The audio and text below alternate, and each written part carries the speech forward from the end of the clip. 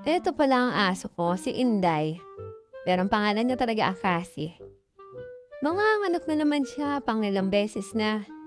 Dadami na naman kami. Dadagdagan na naman ng mga apo ko. Ayan siya, pagkalaki-laki ng tiyan. Minsan iniisip ko kung yung bahay namin, bahay pa talaga. Kung talagang bahay na lang talaga ng aso.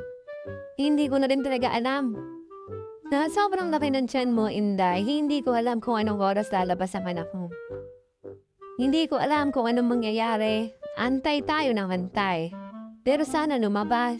Pinapakita mo kung paano gumalaw. Inday, anong oras na?